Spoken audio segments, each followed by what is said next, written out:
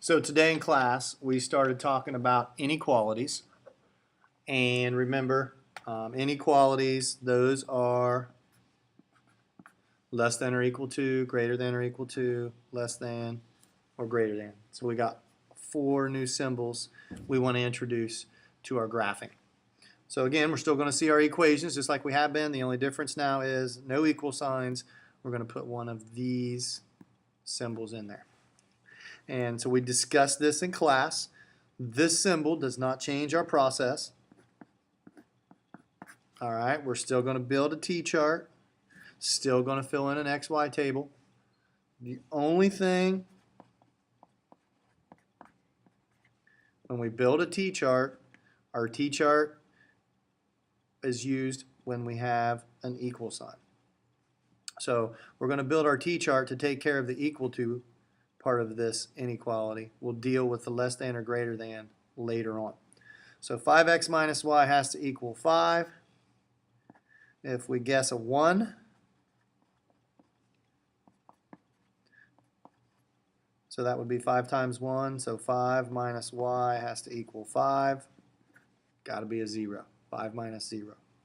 We guess a 2, so we go back, start over, replace with a 2. 5 times 2 is 10. We need to subtract 5 from that. Just keep things simple here. We'll go 3. So again, 15 minus y. We need that one to be a 10. So we've come up with some coordinates there for our equation. No different than we've been doing for the last few days. So the goal, once we get our t-chart filled in, is to get those graphed. So 1, 0, 2, 5, and 3. 1, 2, 3, 4, 5. Oh, my graph only goes up to 8. So 3 is too big. So we make that a -1.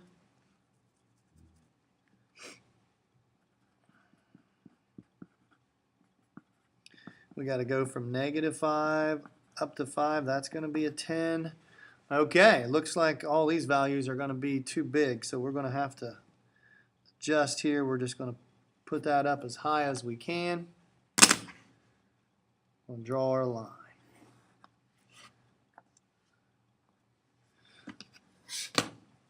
So now we have the graph of our equation. We've graphed our equation.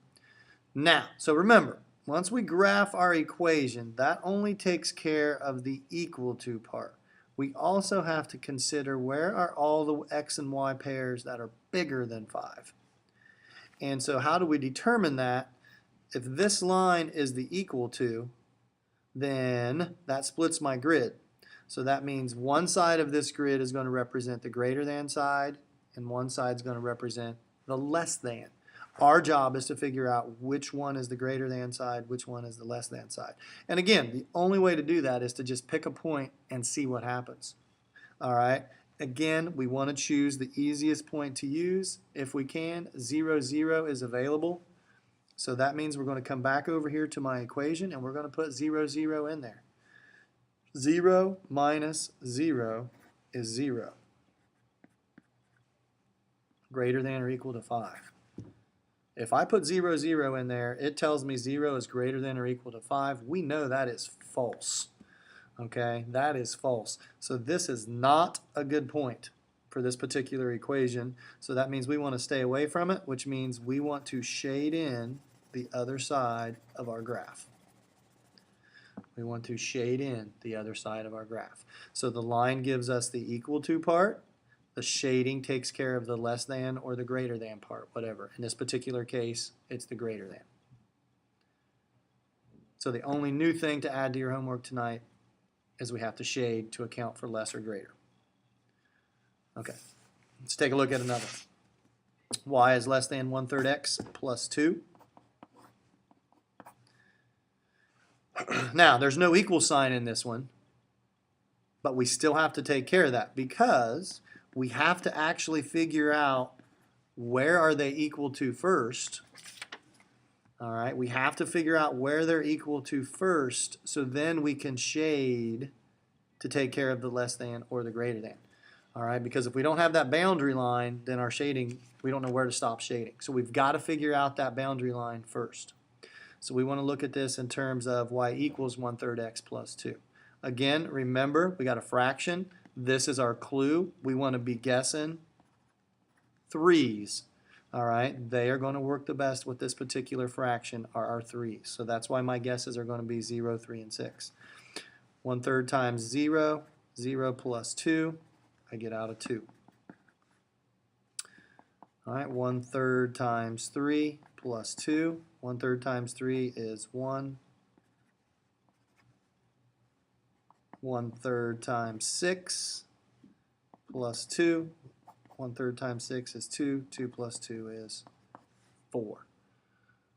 So again, make some good guesses here, make some selective choices, and things work out quite nicely. Things work out quite nicely for you. All right, so we need to graph 0, 2, 3, 3, 6, 4. Nice, we got a diagonal line. Now again, we do have to adjust a little bit here. And if you notice, I'm putting a dashed line here. And the reason I'm going with the dashed line is there's no equals. All right, so the dashed line indicates that we are not including the ones on the line. This particular graph over here, we would include the ones on the line because it's a solid line. All right, so now where are all the less thans? Well, again, we want to choose our point. Again, 0, 0 is available because it's not marked yet. So we want to go ahead and try. 0 is less than 1/3 times 0, 0 plus 2. 0 is less than 2. It sure is. That means we chose a good point.